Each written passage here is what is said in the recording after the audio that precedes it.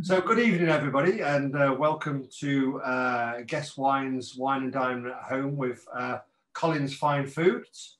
I'm Kelvin Guest of Guest Wines, and we've been doing this series of Wine and Dine since, I think it was last summer we started it, and the idea came about because of lockdown and people not being able to get out and about, and we thought, well, you know, it seems a shame that people can't still have enjoy some fantastic food with some fantastic wine. So we put on this and it's proved to be popular. So here we are this evening with Tapas. Generally, I do these pre-recorded. So you sit down with your wonderful meal, you cook your meal, and then you have the wines and you can watch me on video and I'll go through a tasting about the wines. But because it was Tapas, I thought it might be just easier to do it live and talk about the wines and the foods that way. So how it will work, I'll just go through the wines. I'll explain a little bit about the wines themselves and a bit about wine tasting, and then about food and wine tasting together. And then I thought what we could do is, rather than me suggest just wines to you straight away, oh, this will go with this and this will go with that, we'll try the wines with the different dishes and we'll see what works and what doesn't, because is a subjective experience, food and wine, and where I might go, oh, that's really fabulous, these work well together, you might not always agree, and there might be something in the wines you go, wow, that really works for me. So, and for me, it's interesting to hear what other people have to say about the wines and the foods as well, because it helps me build on my experience, on my tastings and on my palate, but also on the wines that I'm also selling online. I know a little bit more about what the customers think about them as well. So you've all got some sample bottles, yeah? They've all been sent out to you today in a nice little box with a little bit of straw there. So I'll show you the actual wines that you should have. We should have a Peso Albarino. This is what it looks like in real life. Okay, and then the next wine I've got here is the Inedito, and this is a white Rioja, but it's a white Rioja that's a little bit special, which I'll explain in a moment why it's special. We've got a sherry, a Fino Sherry, and again, this is a really good Fino Sherry, and it's one of those where I'm quite loath sometimes to share it. I want to share it and tell people how good it is, but there's another part of me doesn't want to share it because it's so good, and I just want to keep it to myself. Then we have got an El Cotto Criantha Rioja. And then we've got the Hecula Benastral from Yecla in this bottle here. And then we've got the El Candido PX Sherry, which is in here, and hopefully you will all find absolutely fabulous. So that's the wines this evening. Hopefully you will enjoy them. I like all wines. It's a subjective experience. Some wines you may like more than others. Some you might already have a prejudgment that you might not like it, and then surprise yourself that it's actually something that was quite pleasant and surprised you that you actually did like it. And that's kind of, I think, the beauty of wine tasting. Now, I'll take you through a bit of wine tasting as well first before we talk about the wines, just to say the difference between wine tasting and wine drinking. Now, wine drinking, I find it a fantastic pastime. I do it often. And, you know, the way you do it, you just get your whatever tipple you just happen to have lying around, fill your glass up, pop it in the mouth, job done, the world's right, everything's beautiful. And, you know, obviously sometimes when you go out somewhere, or you might do yourself, you might get a glass and you might fill it right up to here. And if you want to do that, that's fine. But me personally, I like it a little bit lower because I like to do a little bit of swirling and sniffing and that. But the wine tasting, the difference between wine drinking and wine tasting is that all we're asking to do is to just stop and pause for a moment and just think about what it is you're experiencing in the glass. What's going on in there? And that's a multi-sensory experience, because you're looking at the wine, you're going to be smelling the wine, tasting the wine. I also think, like wine, like with food, there's a textural side as well, which often gets overlooked with wine tastings because there's a texture that all wines have are different textures, just like food has different textures, and that's part of the enjoyment of it. So I'm just, if you're not familiar with just doing a bit of wine tasting, I will take you through now, because it's what I'm going to do all the way through. I'm not spitting anything out because it's Friday night, so I'm going to drink the wines. Quite often on these wine tastings, I do spit them out, just to look the slightest bit professional. It just helps a bit, especially in the daytime, but this evening I'm not going to do that. So I'll take you through the wine tasting. It's called a systematic approach to wine tasting. And it's something that we do in, you can do it as a wine judge, you can do it as a connoisseur, you can just do it just as a hobby, or just to get more acquainted of how, what it is you're actually sort of experiencing that wine, rather than just gulping it down. If you just want to gulp the wine down, however, I'm not going to complain about that. I'm not going to stop you, okay? So when we get a wine, what we're kind of doing is we're looking at it, we're gonna smell it, we're gonna taste it, and then we're gonna make an assessment. And the biggest assessment I think about any wine is, well, do you like it? Do you want another glass of it? Because I think that if you want another glass of the wine, then it's a good wine. It's a good wine for you. It's what you want to drink. We can get, we can all get intellectual about wines and get a bit poncy about wines if we want to, but I think the main thing about wine is that it's there for pleasure. It's a social thing, but it can also be a thing that you can enjoy on your own. I do. Having a family, a glass of wine on my own is a bit of a pleasure, like where I take it. Now, obviously, if I was drinking wine at 4 o'clock in the morning and I pulled it out from under my bed, it's a different, that's a different kettle of fish, isn't it? But generally, I think just having a nice glass of wine away from everybody is a nice, pleasurable experience to do. So what we're doing is we're going to look at the wines. Now, looking at wines is most wines are made to be clear. There's nothing floating in them. There's some wines that they tend to go to the natural wine banner, not all of them. They are made a bit cloudy, like you get cloudy beers, and that's kind of what they're designed. But most wines aren't. They're meant to just be nice, clear, fresh. And this one is. It's a white wine, so it's got a nice sort of what I would call a lemon colour, or you could call it a lemon pale green. You can go off and get sort of a little bit fancy about it, but you don't have to. I just think it's a nice pale lemon. It looks clear, but you can't tell if it's got any faults, because another thing you're looking for is faults, and anybody who's drunk wine will know that occasionally you get a wine that's not right. And generally, one of the main faults in wine is corked. And corked is where the actual... What was that? Was that Ian? Is that the Albarino? This is the Albarino I've got here, yes. Yeah, do try the Albarino, because yes, I'm sorry, I was just getting busy in the zone there, showing you what to do. But the Albarino is, yeah, just get carried away, just like, don't mind me. The wine fault of like cork is like a musty, mouldy kind of smell and taste. It won't hurt you, but it's just not nice. And so with looking at wine, you won't see that. But having worked in wineries and various places around the world, winemakers go to real pains to make their wines nice and clear, because they want that for the customer at the end of the day. And they don't want anything floating back in there. Now, working in wineries, lots of things can fall into a vat, including people. The main thing that goes in is insects, rodents, birds, and all that kind of stuff. But if the wines are where the grapes are handpicked, it's less likely to get all this kind of stuff in your wine anyway. And obviously you don't want somebody looking back at you anyway in your glass when you're swirling it around. You want it nice and clear. So this looks clear. It's nice. It's nice lemon colour. Then if you want to give it a swirl, and swirling, what you're doing is allowing it to interact with oxygen, and this is beginning to open up what's called the volatiles. And the volatiles are where there's aroma molecules that start to be released, so we can smell the wine. Now, I always say to people, if you stick your nose in and all it smells of is wine, that's fine. Because I remember when I first went to wine tastings, and I'd get somebody say, oh, yes, I'm getting all this blossom, and I'm getting this little bit of herbs in here, and a bit of tarragon going in it. And I just started thinking, well, it just smells of wine. What are they talking about? And it's because it can be a subtle experience. Sometimes in wine, something is very obvious. There's a very lemon citrus, or there's some apples, or there's strawberries, or there's blackberries in there, or blackcurrant, and it stands out at you.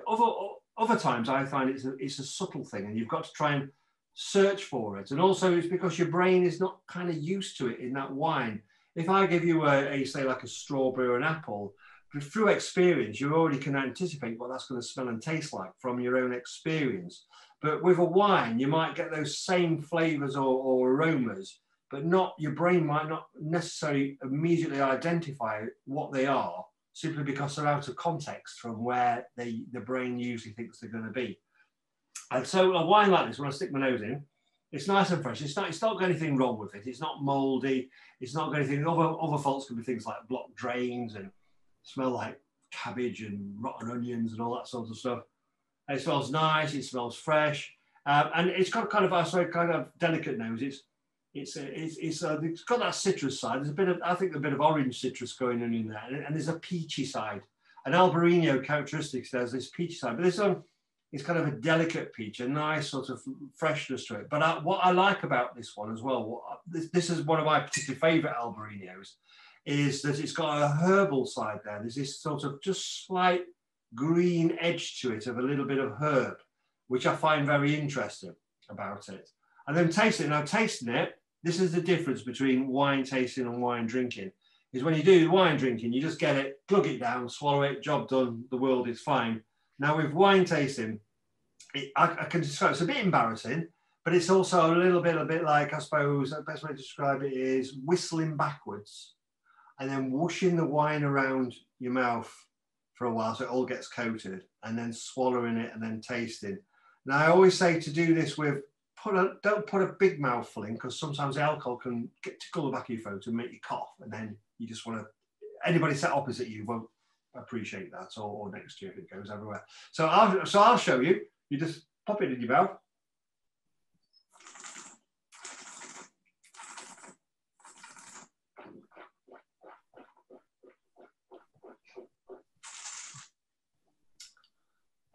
Fantastic.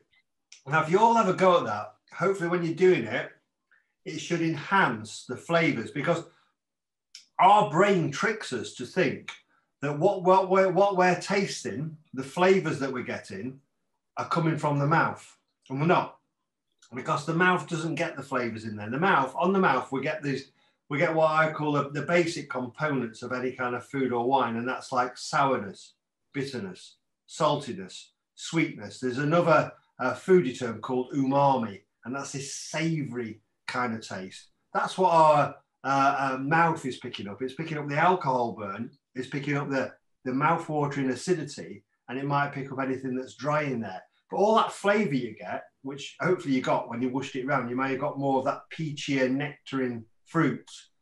That's, your brain makes you think it's coming from your mouth. It's actually coming from your nose, because as you're doing that, vapours are going up the back of your nose, and that is making those flavours come out.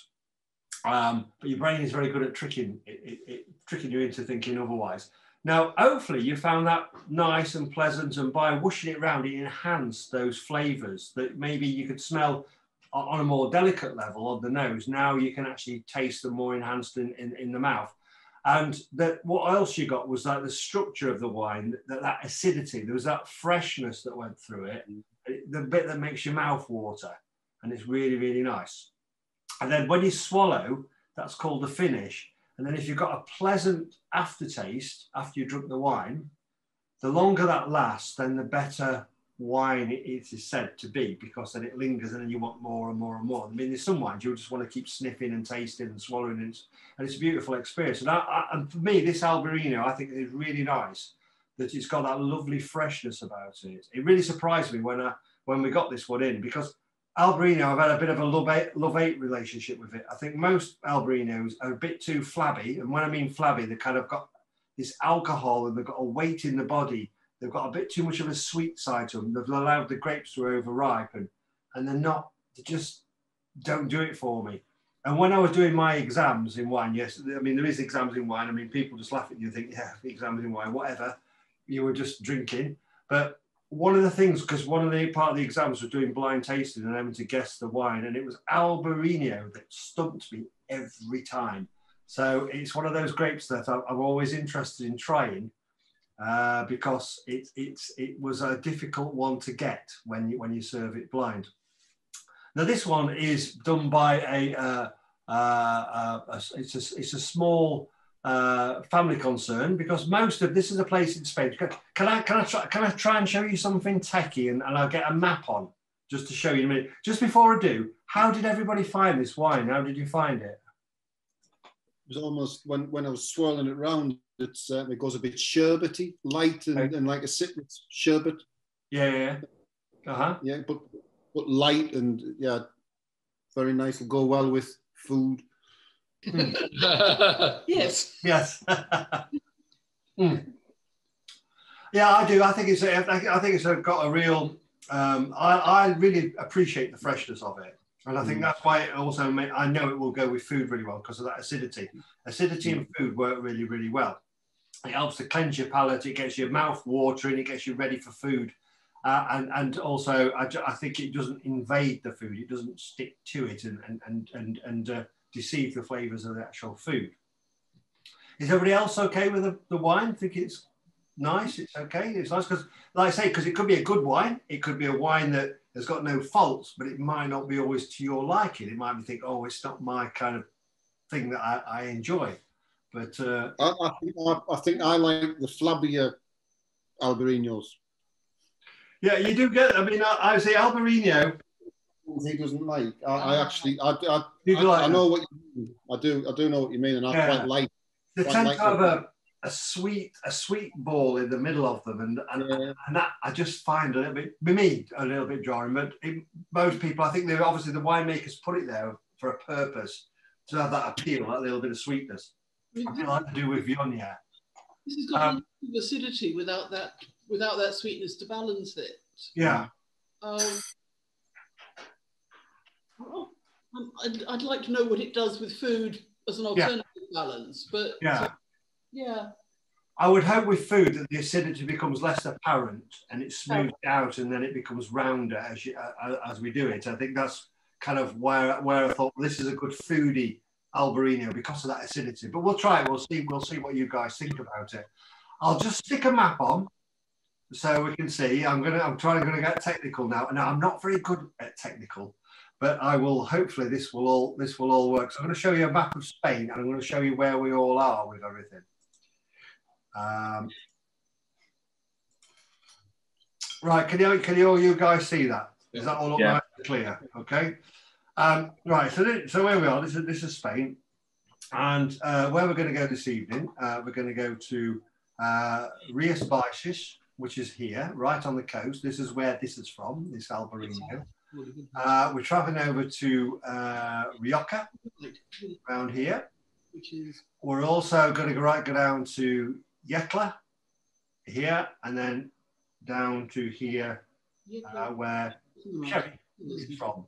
Now, Spain in itself, vast country, loads and loads of different wine regions. It's really improved its image in recent times.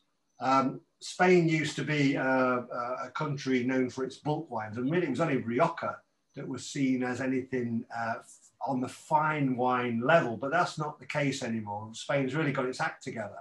But the good thing for us as wine drinkers is that the wines still tend to be at a reasonable price compared to lots of other countries doing fine wine. So if you're looking for a fine wine at a bit of a bargain, then Spain is still a go-to place to do that. Various temperatures, a lot of it is just Mediterranean. In the middle, it's continental. And continental means it gets really, really, really hot with cold nights. And that could be like a difficult place for vines to exist, but they do. But a lot of the other places, like in the north, and that they've either got the sea breezes or they've got mountains and altitude to help out. Okay, right.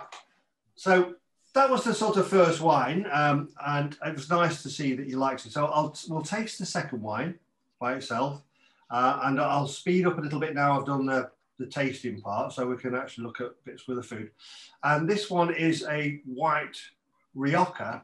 Now, Rioja going back, I'll just go back to the map to just show you where we are. Let's have a look. So Rioja is up here, and it's shaded from the Atlantic, because this is the Atlantic up here, and it's shaded because it's these mountains, Cantabrian mountains, so it makes it quite a warm place. And this is from one of the warmer regions, which used to be called Rioja Baja, which is now called Oriental. And it's known for its its red wines, but it also does some fantastic white wines as well. Now, traditionally, the white wines are predominantly made by a grape variety called Viola, which is otherwise known as Macabeo, if you know it from the Roussillon or in Cava. And Viola white Rioja wines, generally, the general wines are just easygoing, very fresh, light, kind of a bit nondescript, but nice and fresh. And if you're out on a hot day, they're quite pleasant to have. However, if you age Rioja properly, white Rioja, it's a beautiful drink. Now, this one is quite special because it's not made from Viola. There's no Viola in it whatsoever. Another great variety that's often in it is Malvasia, and it's got none of that in it either. So this one is made from a great variety called Grenache. And Grenache, the variety of what we all mainly know from Grenache is the red variety. But this is the white variety of it. And I've really come to like Grenache Blanca over the years, because I just find it's got this lovely weight to the body. And this has also seen some oak as well. I think it's about 7 months oak in here. So as you can see, it's still got that nice pale lemon colour, but there's a little bit of a tinge to a darker colour going on in there. And then when you stick your nose in it and smell it, and immediately you can smell that kind of more vanilla, you know, that kind of where there's the woodiness from the oak, because he said that's 7 months of this oak, American oak. And then underneath that, I'm getting things like ripe pear, ripe apple, maybe a bit of melon going in there. There's some sort of tropical fruits. It's very ripe, and because it's from this region Oriental, this is the sort of southern part of Rioja, and it's nice and warm. And then again, this is a small. I'll just have a look, see how many bottles I've produced, because it's only a small amount of bottles. I'm sure 5,000 bottles. That's right. So there's only 5,000 bottles of this produced a year. So it's very limited edition. It comes from a small plot. So I think it's quite special. And so then just having a pop it in my mouth and having a drink.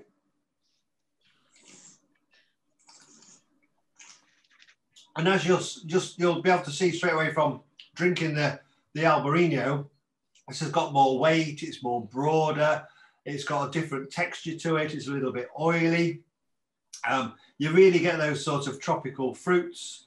I get like melon, there's maybe a little bit of pineapple at the back somewhere as well there, and you get that nice spicy oak, a little bit of that vanilla spice coming through, and then the oiliness that goes with it as well. But underlying through it, that nice structure is that nice freshness. There's some nice acidity that goes with it. So it stops it being sticky, because there is a little bit of stickiness on that ripeness, but then when you have it because of the acidity, it kind of washes it away. And hopefully you like that. I'm hoping that people like this Rioja. If you don't, show me the bottle, Kelvin. Excuse me? Can you show us the bottle? Yeah, I'll show you the bottle. And it's the Torash. And this is the Inedito. And so this is quite special. 30% alcohol, which is pretty good, keeping the alcohol levels down. And it comes from a vineyard. It's a single vineyard, which is good. So what they mean by single vineyards is you could be a producer, and traditionally in Rioja, producer and grape grower were two separate. So you produced your wine, you bought in your grapes or your wines from different people, and then you blended and you made your wines. But nowadays is more of a focus on the producer owning their own vineyards as well.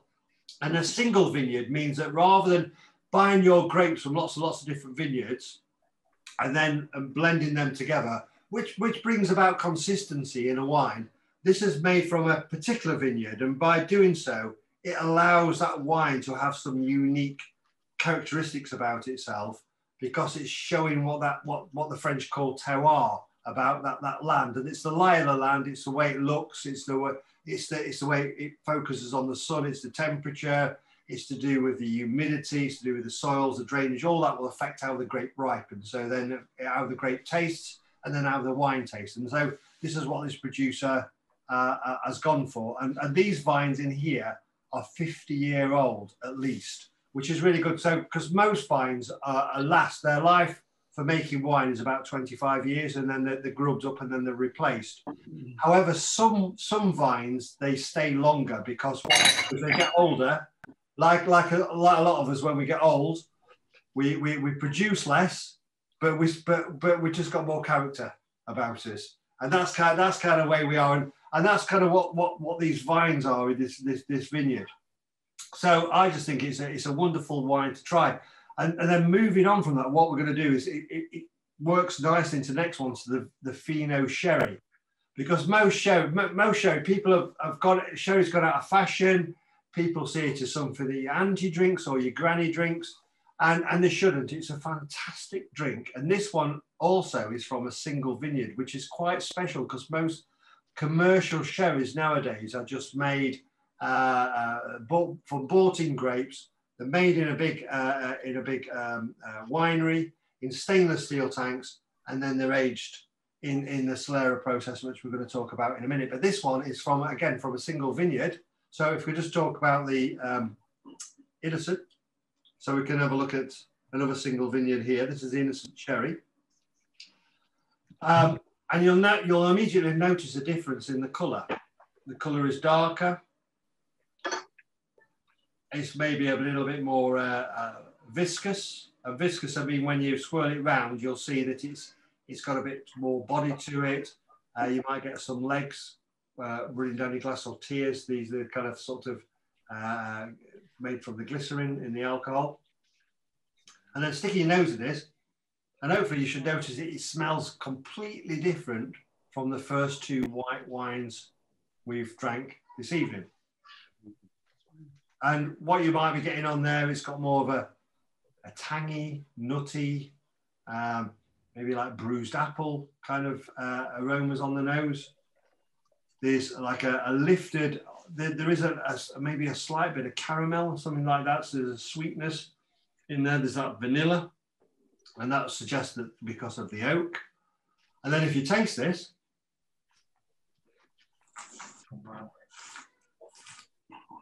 suddenly it's very, very dry. You've got this nice roundness, you've got this sweetness from the caramel, but there's a dryness that sucks all the way through your mouth, and that's very characteristic of sherry. And I'm personally a big fan of sherry. I think it's wonderful, because I've got more of a savoury kind of tooth than I have a sweet one, and this is my kind of stuff that I like. But not everybody likes that tanginess that you can get in a sherry. Now, the difference between how a sherry's made and your ordinary white wines is that it's made from a grape variety called Palomino, and it's made on these soils called Albarizo, and they're a white chalk, a blinding white chalk, and they're very good because it's very hot down, right down at the bottoms of south of Spain. They're very good for holding water, and two, for reflecting heat away, so that it enables the grapes to ripen and maintain their acidity in there. What they do is they pick the grapes, and if it was a commercial sherry, they just pop it in a stainless steel tank, and then they ferment it, and then they go on to the next process. With this one, they've done it in a traditional manner, where they've popped it in large oak casks, and then they fermented it by just allowing the natural yeasts in the environment, rather than adding commercial yeast to start the fermentation. And then so they've made this nice, slightly spicy, woody base wine with natural yeast. And that's quite good, because the French would say, well, that's more closer to terroir than adding some commercial yeast, because you're adding something that's not from the local vicinity. And then what you do with sherry afterwards is then once it's been made into this white wine, they then put it into these butts, which I'll probably best explain to you what it looks like. Can you see that? Is that all on? Yep. Now, this is called a Solera. And what they do in sherry is there is some, most wines is what we call vintage. And when we talk about vintage, it doesn't mean old. It just means that the wine was made in a certain year and dated in a certain year. There is some sherries that are like that, but most sherries are not. So what they do is with a sherry, they put them in this Solera system. And the Solera really, the name Solera is just the bottom, because it means on the bottom, to draw us from the bottom. What they're called is criaderas, these barrels. And it's like, I think it translates as nursery.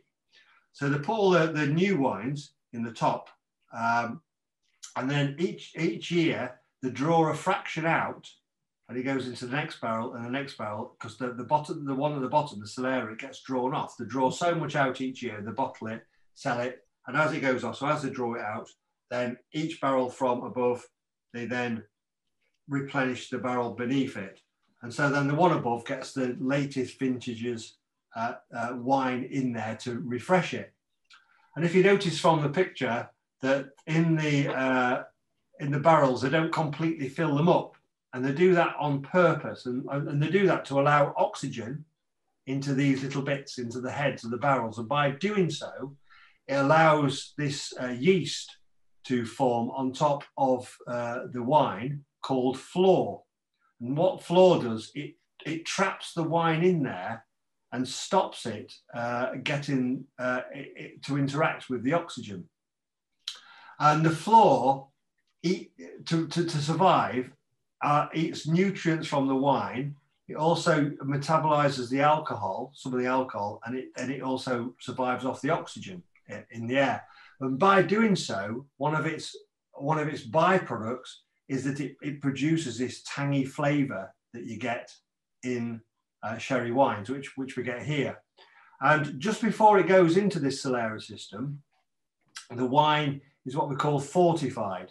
So the wine, when it's in the barrel, in the wooden barrel to begin with, what they do is the wine producer will add some grape spirit, which is nice clear spirit, it's about 96%. They pop it in, and it's called fortification, and that brings up the ABV. And what they want is the ABV to be about 15.5%. This one is 15%.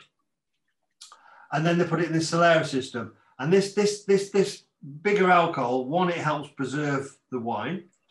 It gives it this extra kick, and it's something, if you ever read the history of wine, you'll find that the British have got a lot to do with how wine tastes from around the world. And it seems that the British, not so long ago, traveled the world and reinvented wines from around the world. And you'll tend to find that they were sweet and alcoholic. And that's kind of what happened. And this is kind of where sherry tended to go. But sherry is totally dry, but alcoholic. Now, there is some sweeter versions of sherry, and sometimes commercially they are sweetened. And the only one that is naturally a sweet sherry is the one we're going to have at the end, the PX one.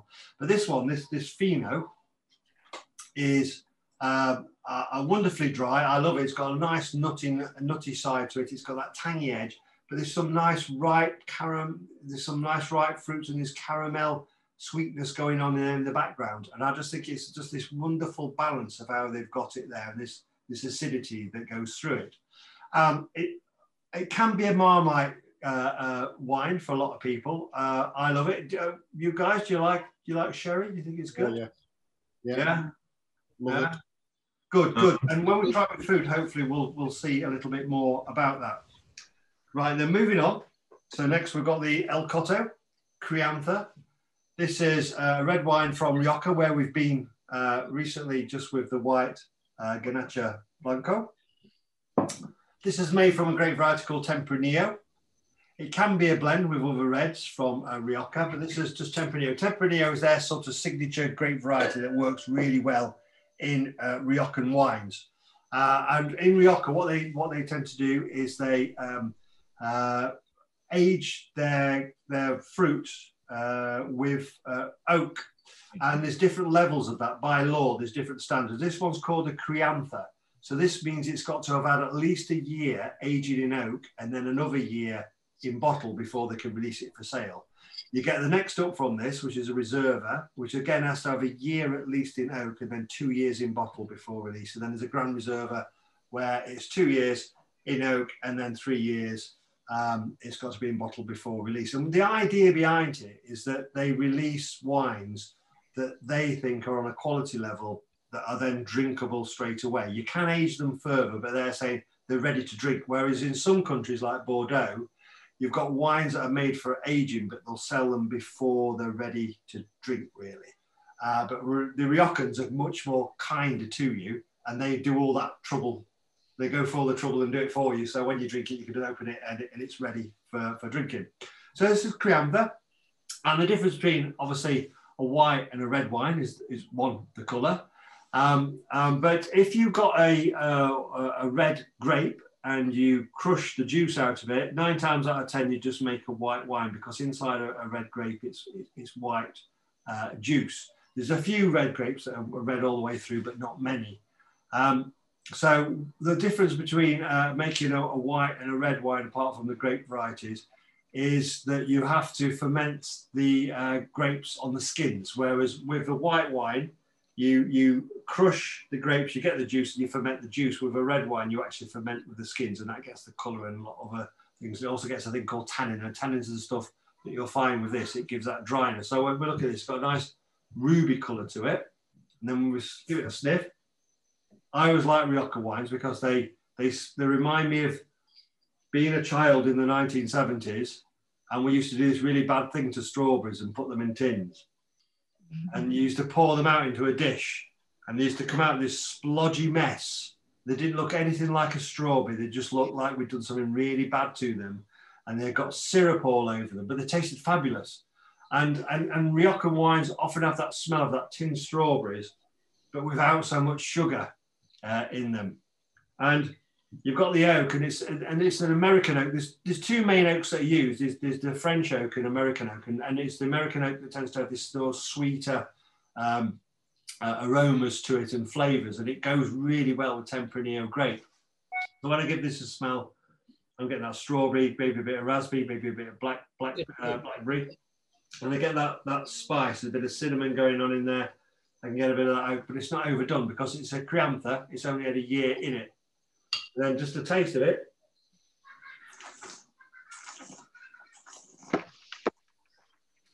It's nice. It's fresh. There's not a lot, the oaks are right at the back. I get vanilla right on the finish of it, but there's still enough fruit to continue to be married and entwined with that vanilla oak, rather than just being separated and on its own. So they work really well together, and that freshness keeps my palate fresh for the next mouthful, rather than thinking, oh God, that was really oaky and a bit too much for me.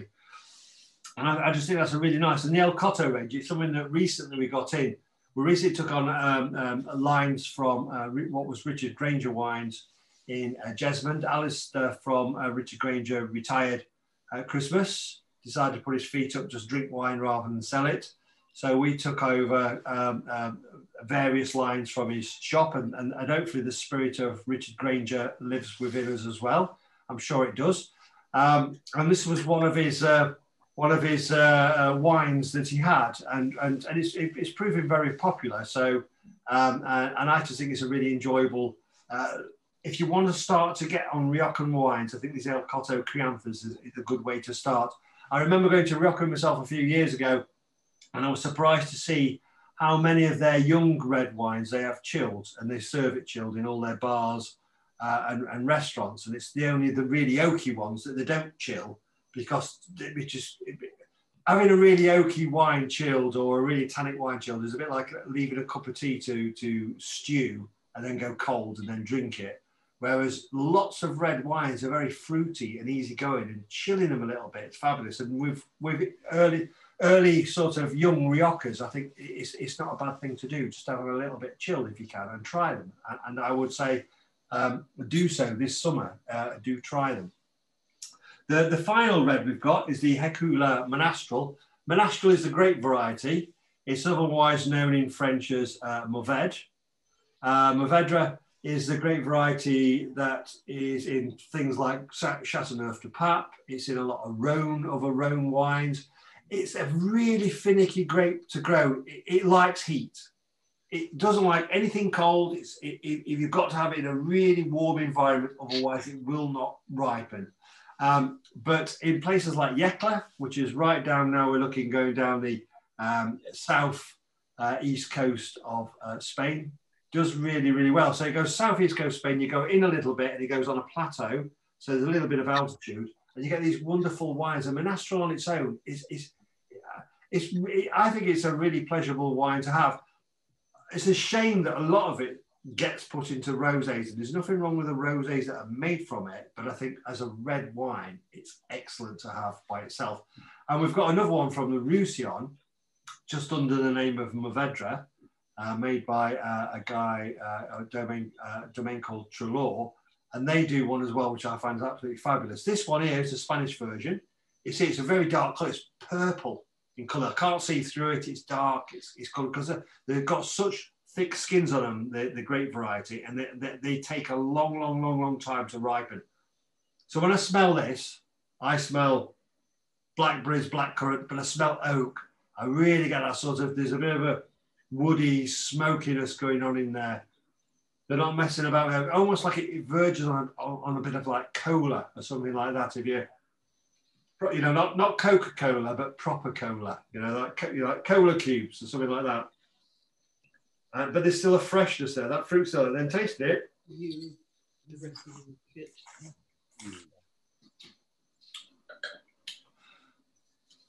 Again, the acidity is key. It keeps it fresh. But now I'm getting far more tannin. And tannin is that dryness across your tongue in there. It's much drier. But the acidity then refreshes your palate. There's definitely those dark blackberry, blackcurrant fruits, and there's that sort of spice that goes with it. Okay, and then finally, we've got the PX Sherry. Now, this is different from Sherry because this doesn't use the Palomino grape. It uses one called Pedro Jimenez grape variety. It comes a little bit further north in the part of Sherry. It's warmer, and rather than making the wine and then fermenting it after fermentation, they put the fortification in there, the spirit, the 96% spirit, prior to it finishing its fermentation, a bit like what you do in port. So they get these grapes, these Pedro Jimenez grapes, that allow them to really ripen to real ripeness on the grapevine. And then they take them off, they put them on mats, they dry them in the sun. And what that does, it dehydrates them and it increases the sugar. And then they ferment those and the yeasts, because the part of the yeast that they're in there, the yeast is eating the sugar to convert to alcohol and really struggles with it. It gets to about 10% and they stop it happening. And then they fortify it. And you get this wonderful, and all I can describe it as smelling it and tasting it, is it's Christmas cake. And I know we're heading towards summer, but I just smell oranges, raisins, dates, but it's a beautiful freshness about it. And then tasting it, it's silky. It sticks there, but the acidity just keeps it fresh. But you just want to drink more and more of it. It's wonderful by itself. So that's the wines. Obviously a crash course of tasting. So what I thought now, because I see people eating, I've got my food here, is maybe to just try the different wines and try them with the different foods and then tell me what you think about them. Because obviously there will be some wines that go better with some of the dishes than others. But I think it's nice just to try and hear what you say and just try something you wouldn't think might not work and think, right, I'll just go with that. I'll see what happens. Because as a general rule, if you've got an acidic wine or acidic food, they work well together. And the acidity doesn't make the wine or the food more acidic, it smooths it out. If you've got a wine that's a bit tannic, it works well with like other proteins or with something that's a bit salty. Again, it softens it out, it brings out the food. If you've got sweet wine or sweet food and acidity tend to clash. So then your beautiful wine you've been drinking all evening suddenly tastes as quite jarring because of the sweetness in the dish. So sweet wine and sweet food generally work better together. However, sweet wines also work well with salt. So salty foods and sweetness, as if anybody's ever tried any of the chocolate and rock salt, work beautifully together. And that's kind of what you can get with really sweet wines as well. That's saltiness, or salty cheeses really work well as well. So we can try them and see what you reckon. I think I'm going to try first the Albarino, and I'm going to try. I've got some spinach here, and I've got some asparagus, and I think there's some goat's cheese in there. We might have slightly different things. I don't know what Sue's popped in there. You see, yeah, you can. I've got some, but I've also got some. I think the prawn croqueta. That goes well with the Albarino. This would work really well with the Albarino. It's going to work well. So I will try and see. There's a bit of prawn here.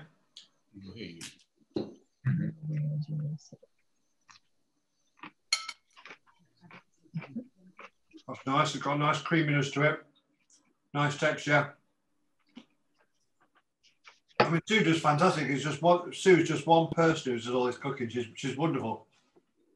And the Albarino, it's got that acidity that helps with the creaminess of the sauce, but it enhances the prawn. And you get that little bit of herbal tang from the Albarino as well, that I think works pretty well. And I'm now going to try it with, I've got this tortilla, and I think maybe that might work as well. So I'll try a little bit of this. Eggs are notoriously difficult. Sorry? I think the tortilla is supposed to be good. Tortilla, I think, might work better with the sherry. You want it warm? I'm going to try with the sherry. Just have a little try. No. We'll go with that. See, I like the tortilla with the sherry, and that's because maybe I like the savouriness that goes with it, because egg has got like a savoury side to it, but there's that slightly, in a tortilla, there's almost an egg custard part to it, but in a unsweetened way. But I find the egg with that savoury side and the little bits of potato in there, that the Fino, I think they work together very, very well. I'm going to try the white Rioja to see what that does.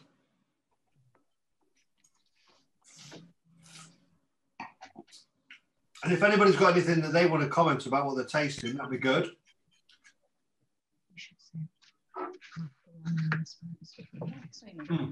Yeah. When you use it. Freya's saying the lemon and the asparagus goes really well with the Rioja. Okay. I shall try now.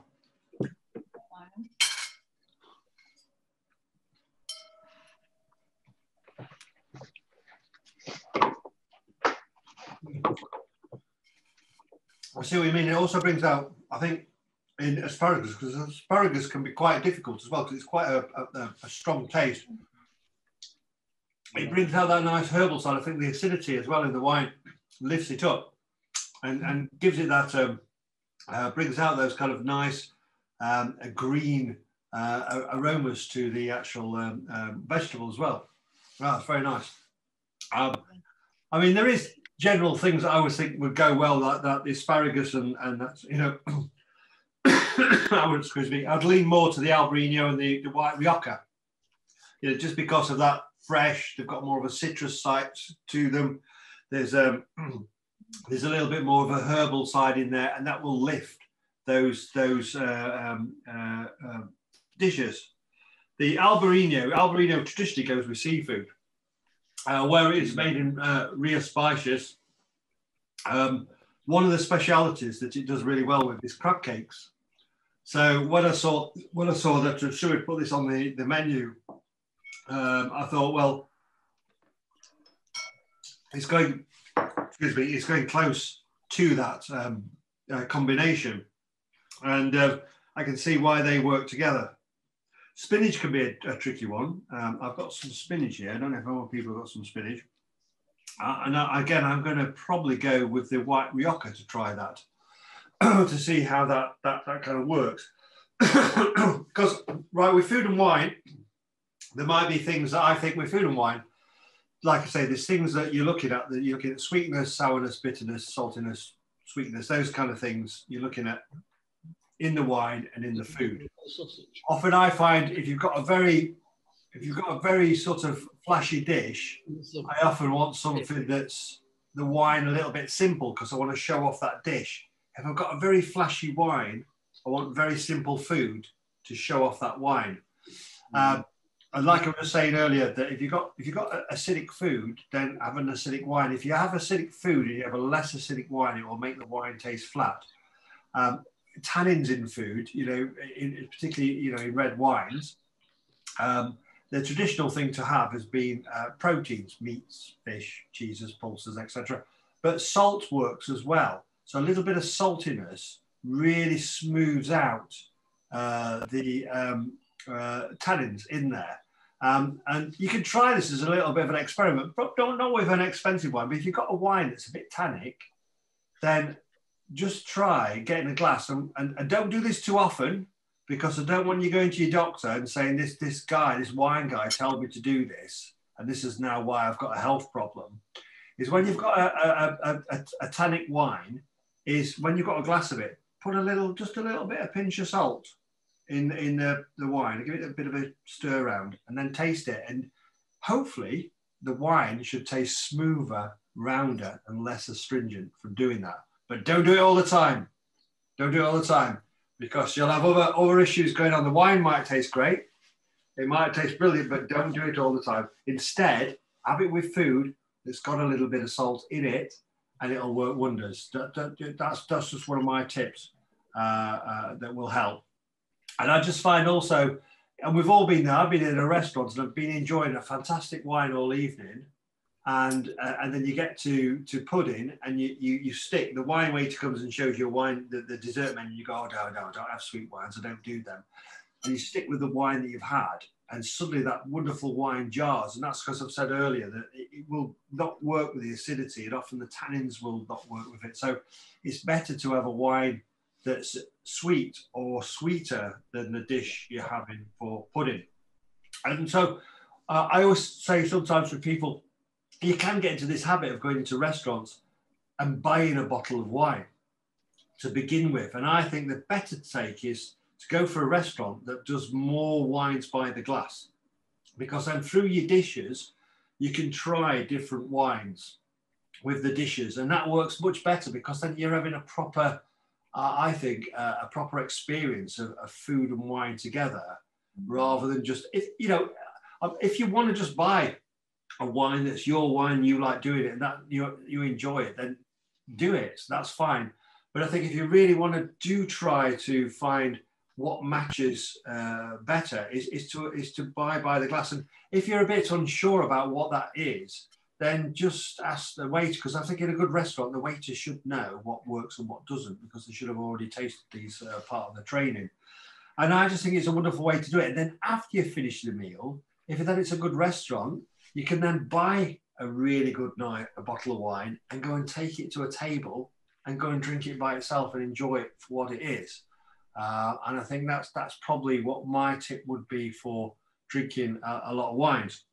But I think with tapas, the beauty of tapas is it enables us tonight to have a bit of an experiment and see what works and what doesn't for us, because we've all got different palates. Because, like I say, when we taste, it goes up here, there's a thing called an olfactory bulb. This olfactory bulb is linked to our emotions and our memory. So it logs the good, the bad, and the ugly of all the things that we've tasted and we've smelt throughout our life. Some will be more appealing to us, some will be less appealing, some will be more familiar, some less familiar to us. And this is kind of what we're doing with food and wine. We're learning to find things that we find appealing. Now, there might be things that contrast, and we love the contrast. We don't want things to complement each other. We like things that jar a little bit with each other. It's like with chili heat. If you like chili burn, you like to blow your head off, then go for a wine that's high in alcohol, because alcohol and chili, they go onto the pain receptors onto your tongue, and they will just increase that burn, and boom. If you want to cool down that chili burn, then go for a wine that's lower in alcohol and a little bit sweeter, and suddenly that chili burn will cool down, but you'll get to taste other spices in the food. And sparkling wine's pretty good for wines with chili in, because sparkling wine, it's called carbonic acid, and carbonic acid hits the same pain receptors as the chili does. So it tends to have this neutralizing effect on it. So you can have the chili burn, but then you can have the fizzy wine, and it will cool you down at the same time. So do try that. It's like a fire extinguisher for it, and a very good one as well. Just get some good champagne into it. No, get some prosecco or some cava. You know, so people have these differences. There's people who are called super tasters. And super tasters doesn't mean they're fantastically good at tasting wine and food. It just means they're very, very sensitive to sweetness, sourness, bitterness, and they taste it more. I've had people who, when I've done wine tastings, and they just can't handle too much acidity or too much alcohol, because it's like volume turned up in their mouth, and they just can't cope with it. So there's all these different aspects that you take into consideration, plus your own personal preferences of what you like. So that's what comes into effect, apart from just these general guidelines that you have around food and wine. Is there any, you know, like we've had one comment about the wines, one wine that went. Is anybody else commenting about the wines that might go good? I've got loads here that I haven't tried yet. I might try the, I've got some chorizo and white bean. I've got a sneaky suspicion that might go with the Rioja, but I will see. Definitely with the Rioja, 100%. That's what I've just been having. It's absolutely dynamite with that. Why I think that is because the Rioja has got that spice in it, but it's not overwhelming spice, because the spice is with the chorizo sausage. You want the sausage to show itself off, and you want to get that texture side. And Rioja, there's a nice little bit of acidity going in there, but it's got that oaky side that complements that sausage, that slightly smoky element to it. Whereas I think the Ecula might work as well with it, but I just think it's got quite a bit of oak in it. It might just drown it out if it's not careful. So I'll try both, and I'll see what they do. So I'm going to try this. I'll try this sausage here. Quite a bit of garlic as well. I'm getting. Ready? And that fruit just comes through as well. That fruit just shines, cleanses, but it doesn't get in the way of that garlic. And it's quite strong garlic in there. And then on the back, I'm starting to get chili heat coming through, but it's not burning me. It's just nice. It just slowly starts to warm up in my mouth towards the finish of the wine. But then in the wine, I think, well, there's this nice fresh acidity. It cools that down. That's pretty cool. Yeah. All right, I'm going to try it now with the Monastral to see what that does. I think this personally might just have a bit more oak, but you never know. Well, I'll try it. No, it didn't do it for me, Calvin. That stew. That one. Yeah, the Monastral. It was kind of fruit, I think. Yeah.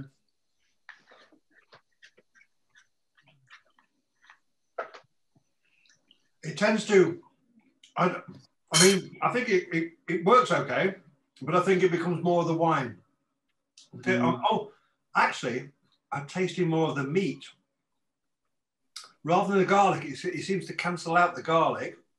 And it's making more of a meaty side to it, more of a porky, or it's like a garlic neutralizer. The garlic's gone for me now because I'm getting wood, I'm getting smokiness, and suddenly this pork comes out. So this different wine is behaving differently to the Rioja, whereas the Rioja almost like enhanced that garlic, it enhanced that chili, it enhanced that spiciness. This one is enhancing the meat. and it's dampening down the actual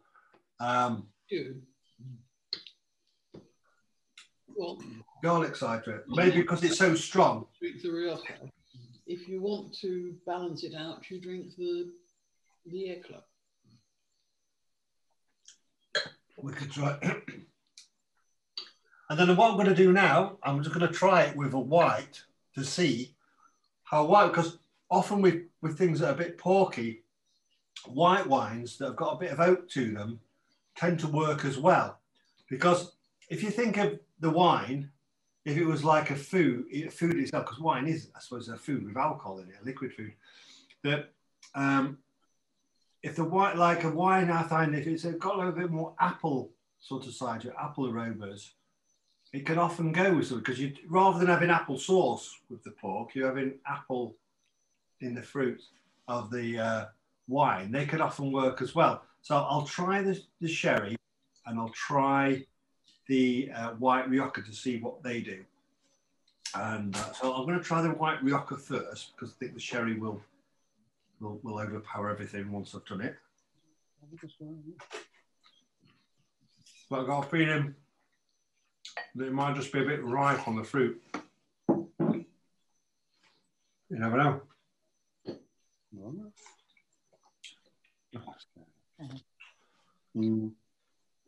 With the Rioja, I think what it does,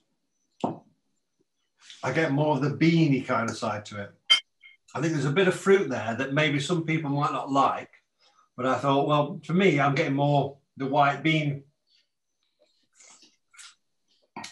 I get more of the white bean sort of side to it. And this is how different wines bring out different elements of the food. And also, you have to remember that it's not wines that affect the food as much, it's the food that affects the wines more.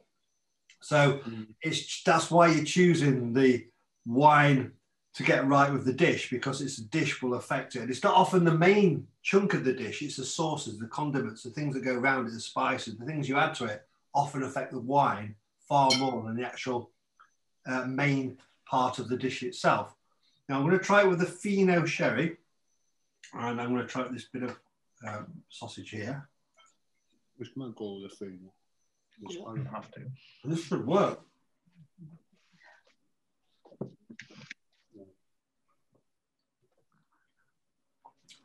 Works for me. Yeah. Oh wow, that works. That works. That to me works really, really well. I get. Oh, tapas is. I get that. There's a meaty side. There's a garlic.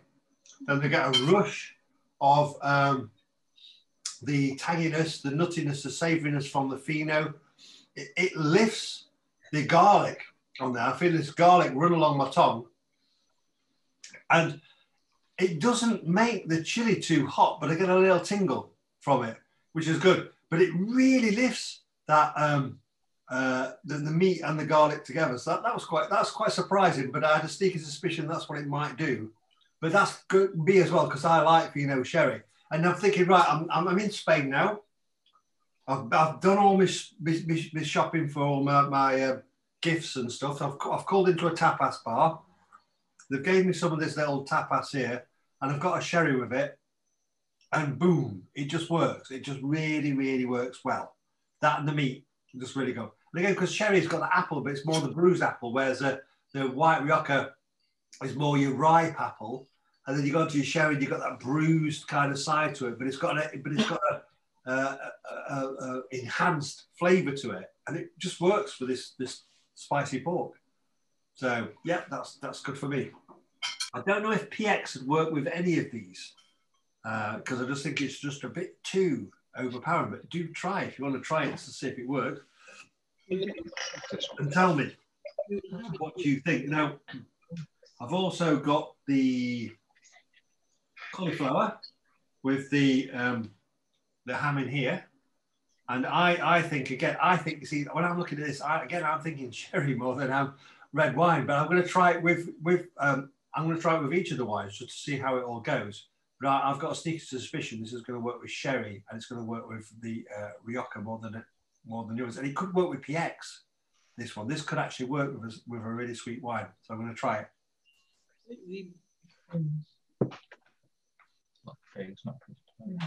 No.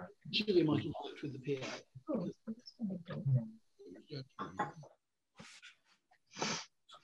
There's a little gem salad. The PX with bacon crossed across it, but there's also an anchovy, which is an interesting. The PX tends to wipe the flavour of the meat out, but it does work well with the saltiness in there because it's quite a salty meat. So the sugar and the saltiness work well with it, but it does wipe the flavour of the meat out. So I'm going to try the Rioja.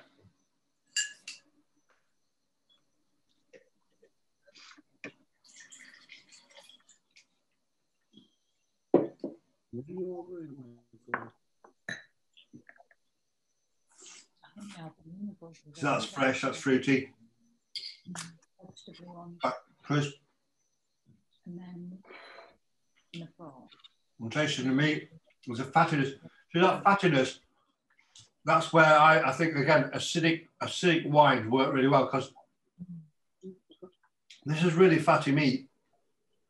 And I think you need something that's got some freshness to go through it. It's nice, it's crisp, there's a crunchiness type to it. Now, I would probably go with the Rioja myself because I think the red Rioja, again, the fruits just get in the way of the meat. So I'm going to try the white Rioja, and I've got more of a suspicion that this will work. But I would probably own back. I'd probably own back against the sherry because that's just me. Yeah, this is the man with the bottle. But I'm going to try it now with this white Rioja.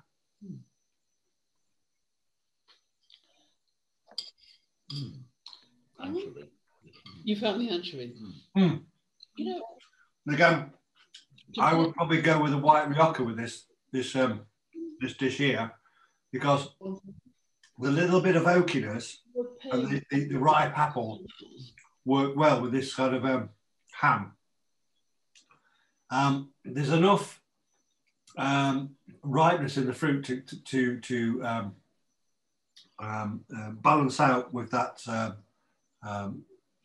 I think there's a textural side, excuse me, to the ham that's got this kind of almost suggests some dryness. So you get this ripeness from the fruit that really helps, and then you get the apple that works with it. It complements, and then there's enough acidity to go through the fattiness of the meat. But equally, the sherry I think works really well with it as well because the sherry has got that kind of acidity. It's got that tanginess. It works well with the savoury side of the meat.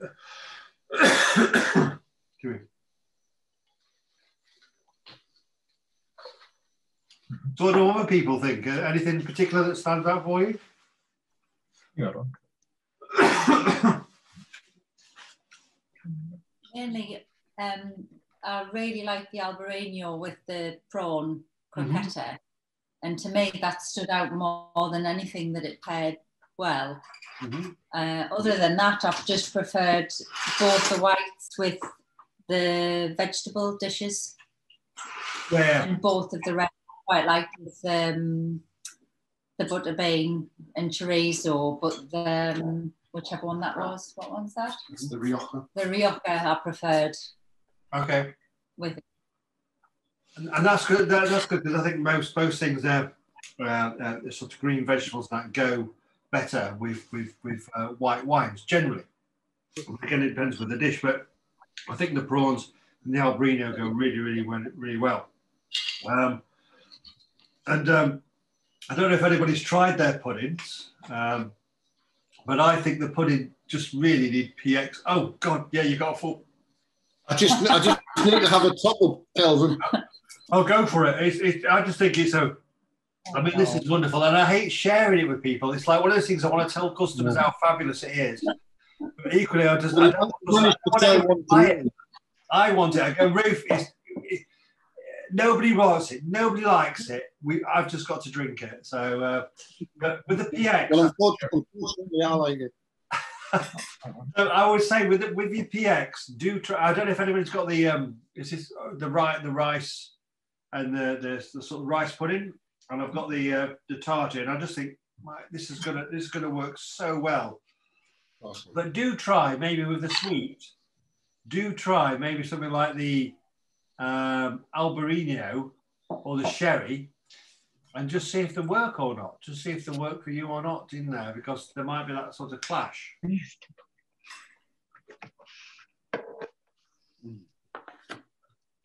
a photo of that before you do anything. What is that? The salt in there and the spinach.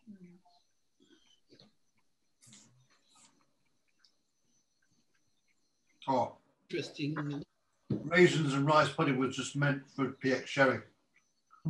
That's us, isn't it? With your arm just coming in and out of shot. Yeah. I mean, another thing with PX sherry, another idea you can do with it is just get vanilla ice cream, a big blob of it, and you just pour the PX over it, and you just consume it that way, and it's fantastic. It's just wonderful. It's a great way to get drunk.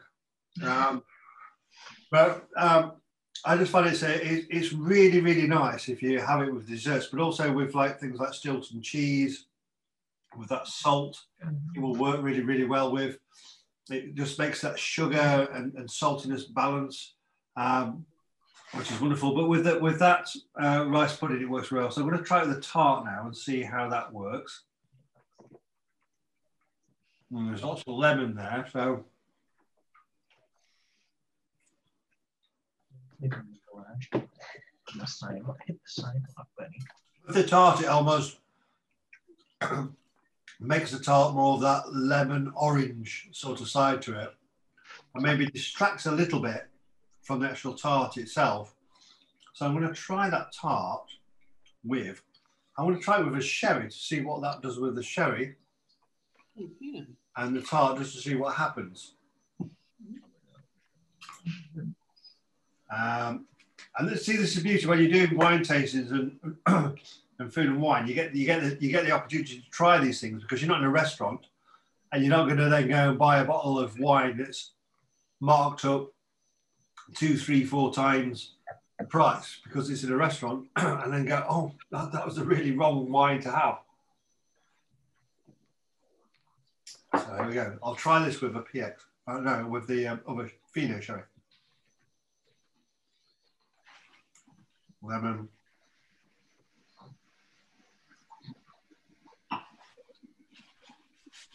So with Fino Sherry, it just wipes it out. And maybe get a little bit of lemon on the back. But most of it, I just get the tangy side of the Fino, the nutty side. On the back, it really does lift the citrus fruits, but it's just not right for it. I'm going to try it with the white Rioja. I don't think it'll go with any of the reds. But I will try and I'll tell you, so I can experiment, so you don't have to go through this this lack of enjoyment for it. Yeah, I thought the tart was too delicate for the PX. Yeah, it kind of overshadowed them a bit, doesn't it? Yeah. With the white Rioja, again, it makes the white Rioja a little bit too thin because of the acidity there and the sugar in the tart. So I'm going to try a Hecula. So maybe the tart might have gone better with something like a sweeter white wine than it would have a PX sherry, but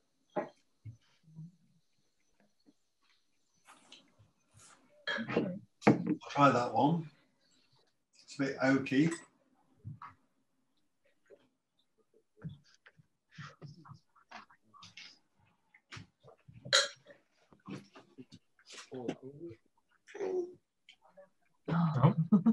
Do you want some of this? Yeah, let's try some. Okay. I'll take this upstairs. There you go, sweetie. Hi, Aubrey. He's off. He's got cake. He's fine.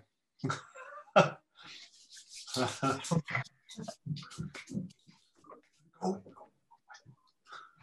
I'm professional. I'm a professional, you know. You're supposed to be, but children, they always bring you down. They always bring you down to ground.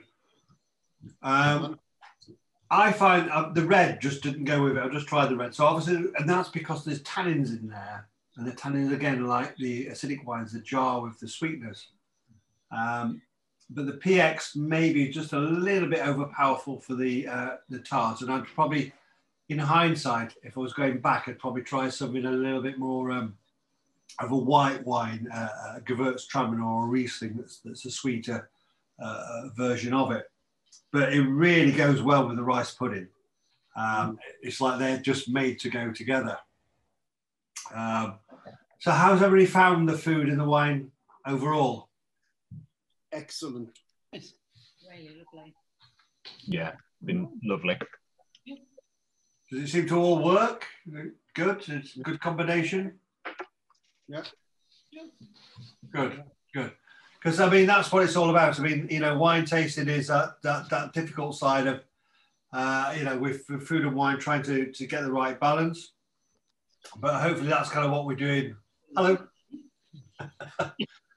But you know, it's kind of, but there is that sort of hard balance to do, and you're trying to get that balance. But equally, you are also subject to people's subjective opinions on what they like and what they don't like, and what goes with the food. I mean, what Sue has prepared is excellent. She always does something excellent, and then my job is then to put some wines that I think will work with this food.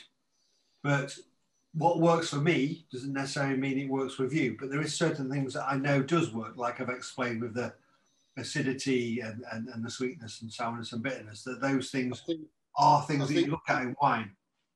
It's been a really good cross-section of Spanish wine right round the full country. Yeah. And great selection of food. It was a good idea, that tapas idea. Very good.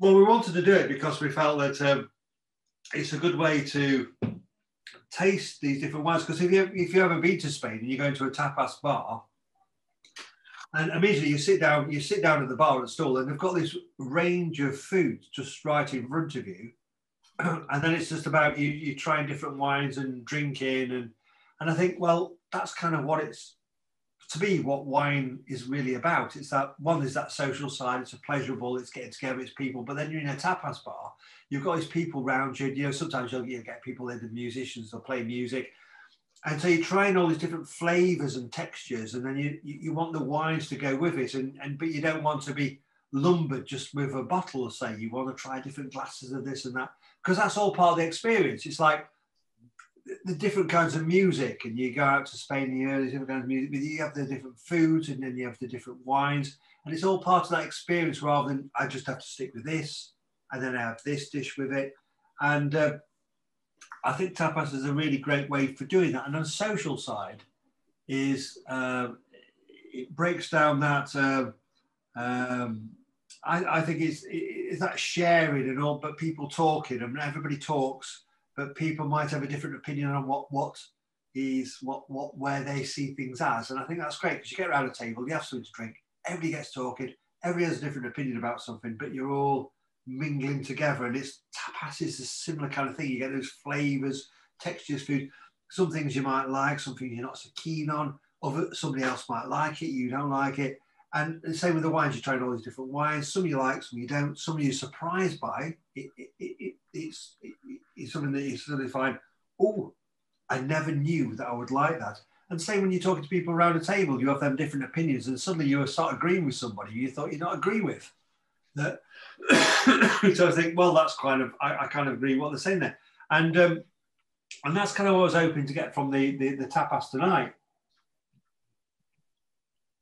where we could try those different sides and see what you're thinking. And for me, it also enables me to see, as a wine merchant, to see what customers think about the actual wines and the foods and what works and what's in that wine and what goes in, because it enables me when I'm looking at selling it and the wines that I want to buy, and also for your enjoyment for future tastings. Excuse me. So it was good to have you all here this evening. I'm going to get off in a moment because you can see my son's getting restless and he's wanting me to come and probably read him a story. And I've had several wines now, so excuse me. It might not be much of a story, but I'll try. So do enjoy the rest of the wines. Do enjoy the rest of the food. But do, keep in touch. Sign up to our newsletter if you're not already. Keep in touch with other tastings. I'm glad you're on board. I'm glad you've enjoyed tonight. If you've got any questions afterwards, just get in touch. Drop me an email, or get in touch with me by phone. Hello, Ozzy.